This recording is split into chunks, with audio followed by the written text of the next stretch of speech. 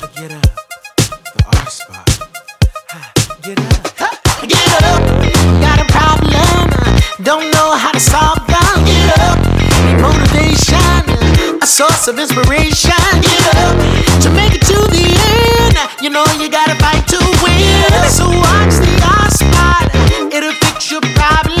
Get up, get up, get up, get up. Hey, only on the R spot, yeah. Welcome to the R Spot, the place that we come to examine and explore all things about relationships. And I hope that you've joined the R Spot Facebook community so that you can continue the conversation every week when our episode is over. And don't forget, sometimes I do pop in and I will answer your questions. But right now, I want to talk about a big issue in relationships: feedback versus criticism. Now, when it comes to relationships, one of the most difficult things for us to handle is the feedback we receive from our partners and other loved ones. It's more often than not, we hear feedback as criticism. And sometimes it's criticism or being criticized. It's also feedback. It's what others think about us, feel about us, what they see, what they know, and how we are being in relationship to them. So even when it doesn't feel good, feedback can be a really, really good thing. But first, I want us to make a distinction between feedback and criticism, because I think that's important. Feedback is the energy or the return energy of what's put out. This means that feedback is information about or reactions to our state of being and our performance and our way of being in relationship.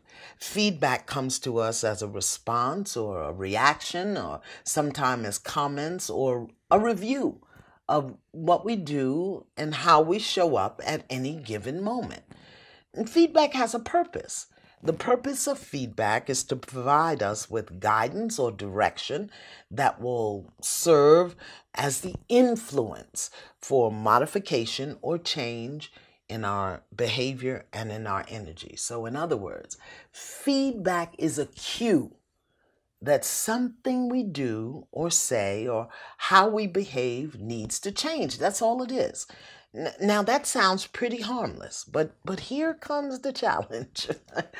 Most feedback either feels or sounds critical, which means that it's going to trigger a toxic memory or a feeling, which then motivates us to discount the feedback we're receiving. You know, we can't even hear it.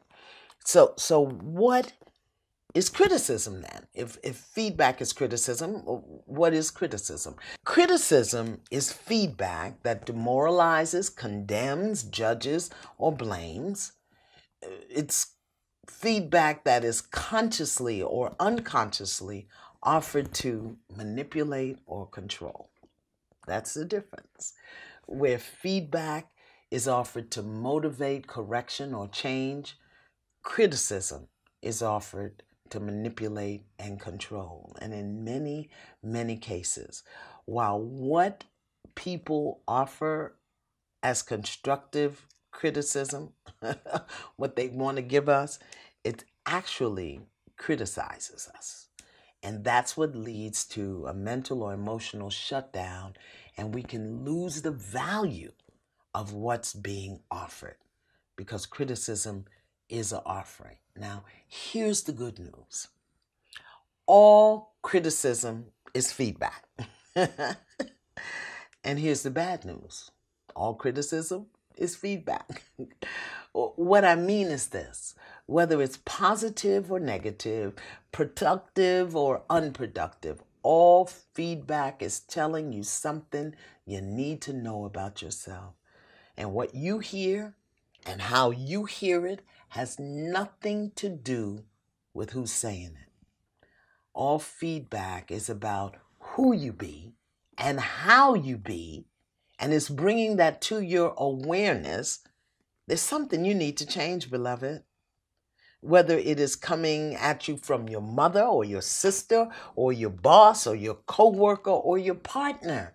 Feedback is a source of information for self-improvement, and it can be received and used as the foundation for altering and changing your way of being or a specific course of behavior. However, if you respond to the feedback based on who's saying it and how they're saying it, you're going to miss a divine opportunity for self-correction.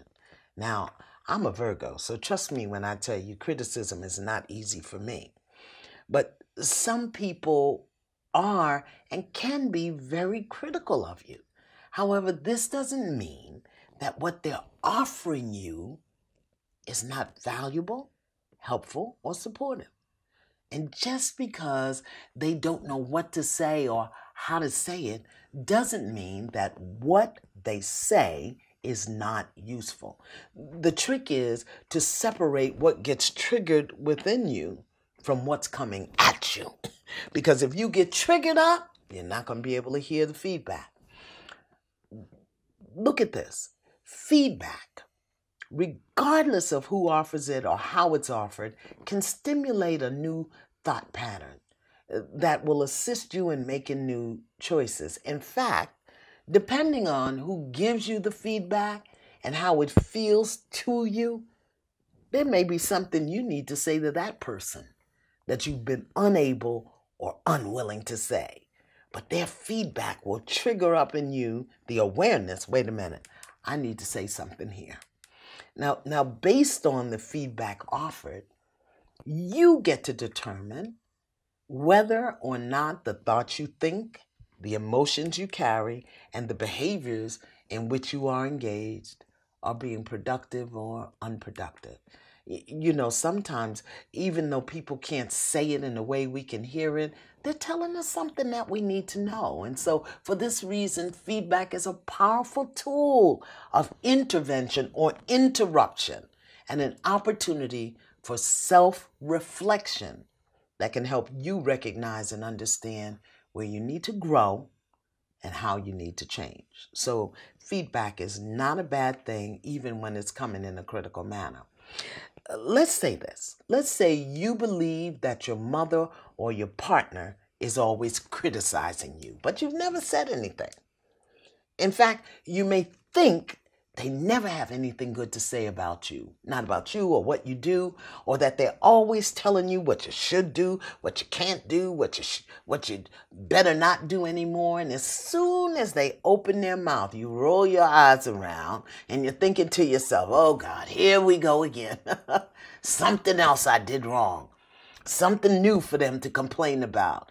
You cannot even hear the feedback they're giving you because you're listening to what you're thinking about, believing that they're criticizing you, and so you can't even receive the powerful, valuable feedback that's being offered. Here's what we need to know. Positive or constructive feedback is usually offered and received as an indication of caring and concern. Even when we don't like what's being said, we can hear that there's something coming at me that I need to hear so that I know what to do. The question becomes, how can we give and receive feedback so that it doesn't come across as criticism or that we're just being mean? Because that's usually what it feels like. Well, if you have some feedback to give someone, the first thing to do is ask them if they want to hear it, because there is nothing more annoying and potentially disruptive to a relationship as unsolicited advice and information. You know, sometimes people simply aren't open or aren't ready or able to hear your deep insights about them. So rather than stick your mouth where it's not wanted or welcome, ask somebody, can I offer you some feedback? Are you open to hear some feedback about whatever the topic may be? And if they say no, bite your tongue. Chances are you'll have a chance later on, an opportunity at another time. But on the other hand, if a person is behaving in a way that's disturbing or distressful, you can ask them for feedback just about their way of being. Something like, I notice that whenever you speak to me, you start off with what's wrong, what I've done wrong, what's wrong with me. But I want to know if you can give me some feedback about why that is.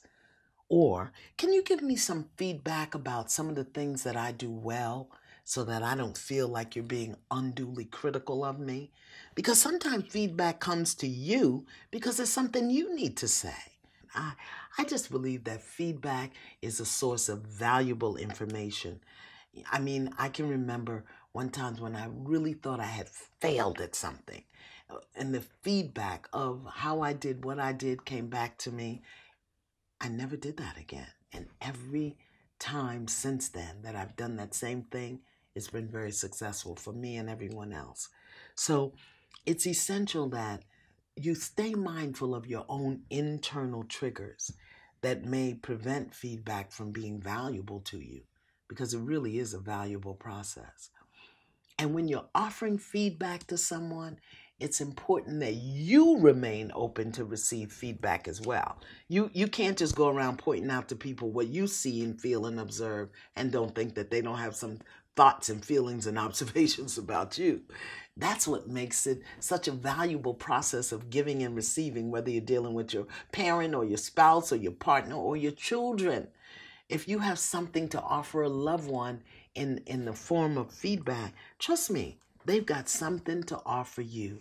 And this is so important for parents. Be mindful of these distinctions when dealing with your children, particularly your tweens and your teens, because nothing is more crushing to a teenager or a tweenager, that 11, 12, 13, than feeling they're being criticized all the time. Ask them. Or tell them if they're that young. You can say, I've got some feedback for you about the way you clean the kitchen. I've got some feedback for you for how you're dressing to go to school. And for everyone, if you have feedback to offer, think about this before you open your mouth. Number one, does something need to be said?